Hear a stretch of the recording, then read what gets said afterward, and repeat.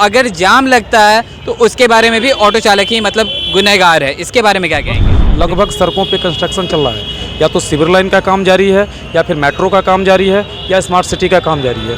तो सड़क तो वही है, चूँकि अगर उसमें आधा घेराबंदी करके काम की जा रही है तो जाम लगना स्वाभाविक है। जैसे ई रिक्शा है, इलेक्ट्रिक ऑटो है, CNG ऑटो है, इन सब की रजिस्ट्रेशन तो की जा रही है। जगह वही है, बिहार है, बेरोजगारी है, लोग क्या करें, बेरोजगारी बस लोग खरीद रहे हैं और सड़क पे आ रहे हैं, इससे भी भीड़ बढ़ रही है। जो पटना एयरपोर्ट है, रेलवे स्टेशन है और कई जगह ऐसे हैं जहां पर कि ऑटो की एंट्री पे प्रतिबंध लगाया गया है। ठीक है, अगर आप सुरक्षा जांच के लिए हमको रोक रहे हैं तो सुरक्षा जांच के लिए आपको वैसी व्यवस्था करनी चाहिए कि आप यात्री को ऑटो को जांच करो और फिर जाने दो। सुबह से आप यहाँ रात तक आप समय बिताते हैं, आपका कितना इनकम हो जाता है पर डे?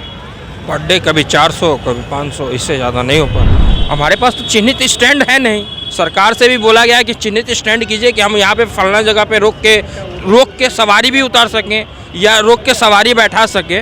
जी नमस्कार, आप देख रहे हैं एक न्यूज़ 24। मैं वेद सिंह अभी मौजूद हूँ पटना जंक्शन पे। जैसा कि आप सभी को पता है कि बिहार की राजधानी पटना में आए दिन ऐसा देखा जाता है कि ऑटो चालकों के द्वारा बार बार पेपर में, आर्टिकल में और न्यूज़ में ऐसा दिखाया जाता है कि जो प्रदूषण का कारण होता है वो आखिरकार ऑटो, अगर जाम का कारण हो तो ऑटो वाले। तो यही सब तमाम मुद्दों पे मैं बातें करने के लिए यहाँ ऑटो यूनियन के अध्यक्ष मैं इनसे बातें करूँगा। जी पहले तो अपना नाम बताएंगे। महानगर ऑटो चालक संघ बिहार पटना का मैं महासचिव हूँ, मेरा नाम राजेश चौधरी है। जी एक बात बताइएगा, जैसे कि अक्सर पेपर में देखा जाता है कि अगर प्रदूषण को लेके भी अगर बातें होती है तो ऑटो चालकों को ही मतलब टारगेट किया जाता है, और दूसरी तरफ देखा जाए तो अगर जाम लगता है तो उसके बारे में भी ऑटो चालक ही मतलब गुनहगार है। इसके बारे में क्या कहेंगे? देखिए, सबसे बड़ी बात है कि जाम के अभी पटना शहर में जाम होने की जो कारण है मुख्य रूप से, चूँकि कहीं भी अगर आप जा रहे होंगे या लोग भी देख रहे हैं कि लगभग सड़कों पे कंस्ट्रक्शन चल रहा है, या तो सिविल लाइन का काम जारी है, या फिर मेट्रो का काम जारी है, या स्मार्ट सिटी का काम जारी है। तो सड़क तो वही है, चूँकि अगर उसमें आधा घेराबंदी करके काम की जा रही है तो जाम लगना स्वाभाविक है। अब दूसरी बात, आप ऑटो को लेकर के जो बता रहे हैं, तो सबसे बड़ी बात है कि सरकार के द्वारा एक जो ये निबंधन की प्रक्रिया है वो लगातार जारी है, और सिर्फ ऑटो को लेकर के ही नहीं, जो भी यात्री से संबंधित वाहन है, जैसे ई रिक्शा है, इलेक्ट्रिक ऑटो है, CNG ऑटो है, इन सब की रजिस्ट्रेशन तो की जा रही है। जगह वही है, बिहार है, बेरोजगारी है, लोग क्या करें, बेरोजगारी बस लोग खरीद रहे हैं और सड़क पे आ रहे हैं, इससे भी भीड़ बढ़ रही है।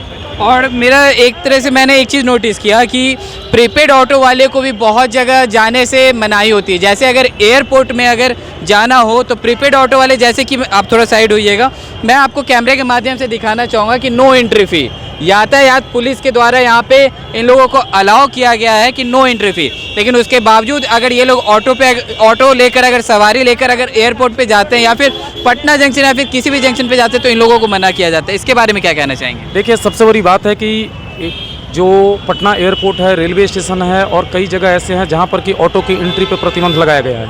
अब ये बताइए कि आप हमारे ऑटो से एयरपोर्ट जा रहे हैं तो आपको जो है एयरपोर्ट के पोर्टिको में जाने नहीं दिया जाता है। हम लोगों ने इस पर जानकारी प्राप्त करने की कोशिश की तो जानकारी यही मिला कि भाई सुरक्षा को लेकर के ये किया गया है।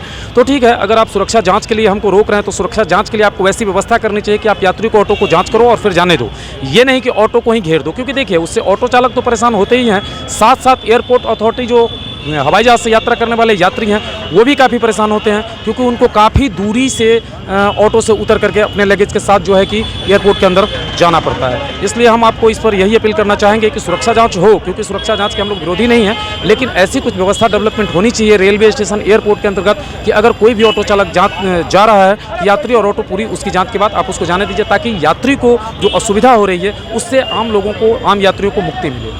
और आए दिन ऐसा भी सुना जाता है कि ऑटो चालकों के ऊपर लगातार आरोप भी लगाया जाता है कि मनमानी वो भाड़ा भी किराया वसूला करते हैं। इसके बारे में क्या कहेंगे? देखिए, हम इस पर आपको क्या कहें, इसके लिए कल भी हम लोगों की बैठक चल रही थी सड़क सुरक्षा सप्ताह को लेकर के। हमने वहाँ पर जो हमारे विभाग के पदाधिकारी थे उनसे भी हम लोगों ने कहा है कि सर, महंगाई चरम पे जा रही है, प्लस CNG जब 62 रुपये 60 रुपये पटना में लॉन्चिंग हुई उस समय उसका वो रेट था, आज के रेट में 87 रुपये 88 रुपये CNG लगभग हो चुका है। तो हम लोगों ने कहा महंगाई भी चरम पर है तो हमारे किराए का रिव्यू किया जाए। देखिए, पिछले 20 वर्षों में, वर्ष 2013 में और वर्ष 2021 में मात्र 2 बार विभाग की तरफ से अधिसूचना निकाली गई।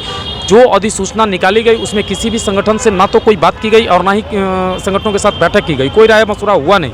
आपने निकाला वो भी अधूरा है, उसको भी लेकर के कभी भी RTA क्षेत्रीय परिवहन प्राधिकार पटना प्रमंडल पटना के द्वारा जो है कि मूल रूप से जो किराए की लिस्ट होनी चाहिए उनके द्वारा निकाला ही नहीं गया, तो ऑटो चालक के पास कहाँ आएगा, कहाँ से आएगा? दूसरी बात कि ऑटो चलाने वाले व्यक्ति जो कई समय में संगठनों के द्वारा जो है किराए का निर्धारण किया गया तो वो भी कानूनन उचित नहीं होता है, लेकिन मजबूरन संघ के द्वारा द्वारा क्या किया जाए। हम लोगों के द्वारा जो किराए का निर्धारण जो मार्केट के हिसाब से किया जाता रहा है कि आम लोगों को भी देख करके, हम लोग अपने आप को भी देख करके किराए का निर्धारण के जो लोग दे भी रहे हैं, चल भी रहे हैं, उसको भी लेकर के विभाग गंभीर नहीं है कि कम से कम उसको भी हम विधिवत कर दें, ताकि ऑटो चालकों के साथ यात्रियों की जो किराए के विषय पर नोक झोंक होती है उससे जनता को और या ऑटो चालकों के बीच में ये नोक झोंक बंद हो, और ऑटो चलाने वाले का जो एक गलत छवि लोगों के बीच में जा रहा है उससे ऑटो चालक बचे। क्योंकि कहीं ना कहीं हम सब लोग बिहार के ही नागरिक हैं और अपने ऑटो से रोजगार करते हैं, अपने परिवार बच्चों का भरण पोषण करते हैं। हम कोई गुंडा बदमाश नहीं है कि हम बदनाम हो, लेकिन अगर हमारे पास लीगल प्रोसेस में कोई प्रमाण नहीं है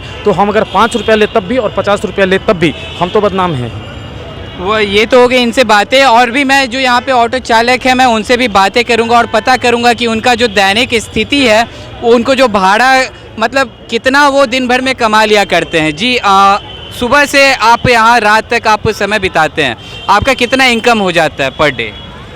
कभी 400 कभी 500, इससे ज़्यादा नहीं हो पाता है। कि जिस तरह की जाम की स्थिति है, पटना जंक्शन का स्थिति आप देख रहे हैं, उस रेलवे में हम लोग को जाने नहीं दिया जाता। उस साइड जो ऑटो लगती हैं, जो किस ग्रुप से चलती है वो पता नहीं है, मगर उस साइड से सवारी आती नहीं। जो हम रिजर्व की स्थिति में किसको लेके जाएं? आप आधे घंटे से खड़े हैं, खुद भी आप खुद देख रहे हैं कि कितनी सवारी यहाँ आ रही हैं। आखिर आप लोग का भी तो प्रीपेड ऑटो है, लेकिन पटना जंक्शन से निकलते के साथ वहाँ भी प्रीपेड ऑटो की सुविधा है, तो फिर आप भी प्रीपेड ऑटो, तो आप लोग को वहाँ क्यों जाने से मना किया जा रहा है?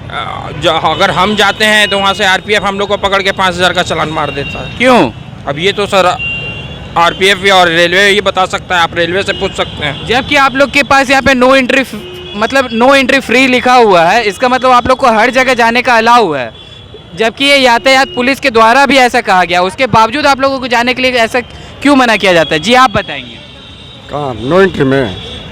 नो एंट्री में नो एंट्री में नहीं कह रहा हूँ, जैसे कि अगर आप पटना जंक्शन पे जाते हैं, आप भी प्रीपेड है, वहाँ भी अगर पटना जंक्शन से कोई अगर यात्री बाहर आते हैं तो वहाँ भी प्रीपेड ऑटो अवेलेबल होते हैं, तो फिर आप लोग को जाने के लिए वहाँ क्यों मनाही है? ये तो हमको नहीं पता है किस लिए मना करते हैं, लेकिन हम लोग जाते हैं तो वहाँ से पुलिस सिपाही जो भी होता है भगा देते हैं कि इधर में नहीं जाना है, जाएंगे तो रेलवे प्रशासन यही कहती है, वहाँ के जो पुलिस अधिकारी है ये कहते हैं कि आपको अंदर आना अलाउ नहीं है, ऑटो का बिल्कुल अलाउ नहीं है। आप ऑटो लेके अंदर आइएगा तो आपका 5000 का चालान, और वो भी कोर्ट से आपको बेल कराना होगा। और प्रशासन से हम लोग तो जीत नहीं सकते, जो प्रशासन कहेगा हम लोग को सुनना पड़ता है। तो जैसा कि अभी आपने सुना कि यहाँ जो ऑटो चालकों पे बार बार जो वार किया जाता है कि अगर प्रदूषण फैल रहा है तो ऑटो चालकों की वजह से, अगर जाम लग रहा है तो ऑटो चालकों की वजह से, लेकिन अगर वही दूसरी तरफ देखा जाए तो ऑटो चालकों के साथ कितनी परेशानी हो रही है, जो कि मैंने अभी आपको सुनाया। एक पॉइंट, अगर जिसे हर जगह हम जा रहे हैं, अगर सवारी हमारे को बोल रहा है इस रोड पे कि यहाँ पे रोकिए, हमारे पास तो चिन्हित स्टैंड है नहीं। सरकार से भी बोला गया है कि चिन्हित स्टैंड कीजिए कि हम यहाँ पे फलना जगह पे रोक के सवारी भी उतार सकें या रोक के सवारी बैठा सकें, मगर इस तरह का कहीं कोई सुविधा नहीं है। अगर हम उतारते हो, अगर सिपाही हमारा कोई आ गया सीधा, गाड़ी में सेंसर लगा हुआ है, क्या लगा हुआ उनसे कोई मतलब नहीं। BS6 गाड़ी दे दी सरकार ने, सेंसर लगा हुआ है, मार डंडा के आप गाड़ी का शकल देखिए, कोई गाड़ी का शकल देखिए, मार डंडा के गाड़ी को पचका दिया जाता है।